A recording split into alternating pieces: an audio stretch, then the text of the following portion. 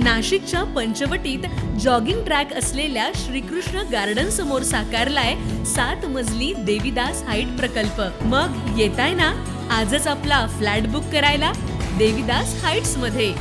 आमचा मोबाईल क्रमांक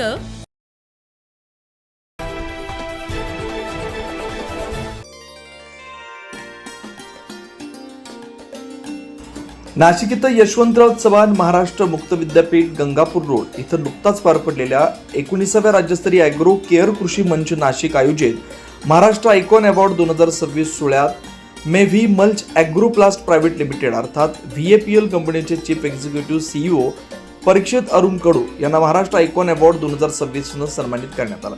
शेतकरी कुटुंबातील असलेल्या चेहरा पर्सन संचालिका सौ मिनल अरुण कडू यांनी कंपनी कायदा 2013 नोंदणीकृत अंतर्गत मे व्ही मल्च ॲग्रोप्लास्ट प्रायव्हेट लिमिटेड कंपनीची स्थापना केली।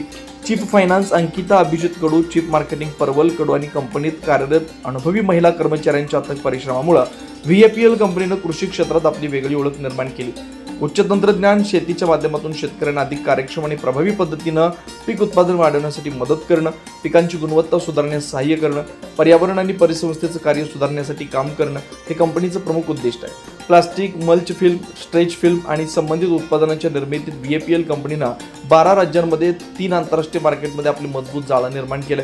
कंपनीचं उत्पादन केंद्र भारेगाव पिरांगुट जवळ तालुका मुळशी जिल्हा पुणे येथे कार्यरत आहे। विशेष म्हणजे कंपनीमध्ये 100% महिला उद्योगीकरणावर भर देण्यात आला आहे। कृषी क्षेत्रातील अनुभवी टीमच्या माध्यमातून shade net, mulching film, stretch plastic संकुचित करा, जैव विघटनशील कचरा पिशव्या आणि अन्न पॅकेजिंग सारखी विविध उत्पादनं तयार केली जात आहेत। केवळ व्यवसाय न करता शेतकऱ्याला प्रगतशील बनवणं, स्थानिक ज्ञान आणि नवकल्पनांना प्रोत्साहन देणं, पर्यावरण संवर्धन, गुणवत्ता, समानता, नैतिकता आणि शेतकऱ्यांच्या उपजीविकेत सुधारणा घडवणं या उद्देशानं VAPL कंपनी कार्यरत असल्याचं यावेळी सांगण्यात आलं आहे।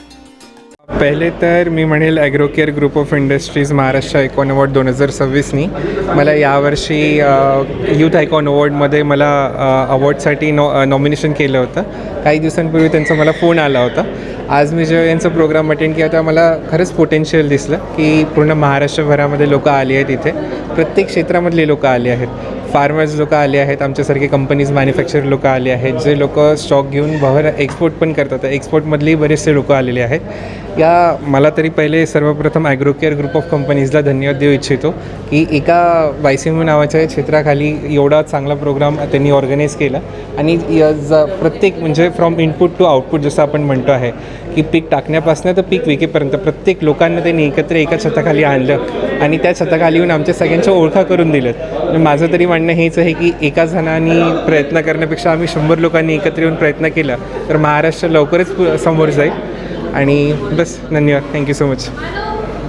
या पुरस्काराच्या निमित्ताने आपल्याला मिळत आहे, त्या पुरस्काराच्या निमित्ताने आपण चांगलं काम करणाऱ्याला प्रोत्साहन देणं, त्याचं कौतुक करणं आणि आपला तसा समाज चांगला कौतुक करणार आहे आपल्यालाही माहिती आहे। पण ते कौतुक असंही झालं पाहिजे की निदान कामाला बायका जशा मुंबई पुण्याला कामाला येतात त्यांचे 2 प्रकार असतात, एक प्रामाणिकपणे पोळ्या लाटणारी आणि एक निश्चित बांगड्या हलवणारी पण पोळ्या कमी करणारी आणि त्याचा आवाज बाहेर जास्त आणणारी।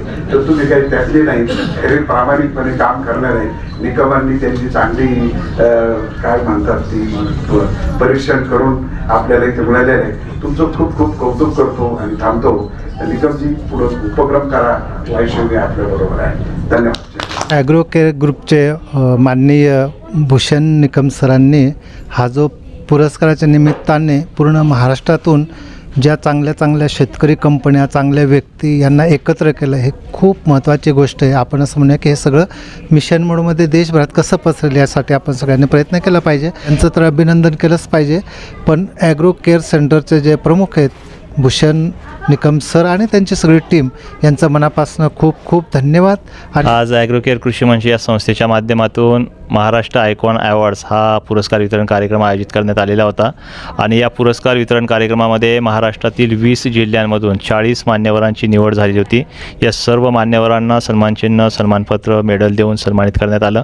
या कार्यक्रमाला प्रमुख पाहुणे म्हणून पद्मश्री पुरस्कार प्राप्त चैत्राम पवार सर उपस्थित होते। त्याचबरोबर यशवंतराव चव्हाण महाराष्ट्र मुक्त विद्यापीठाचे कुलगुरू आदरणीय Sanjeev Sonawane sir, doctor Kailas Mote sir, Ravindra Mane sir या ठिकाणी उपस्थित होते.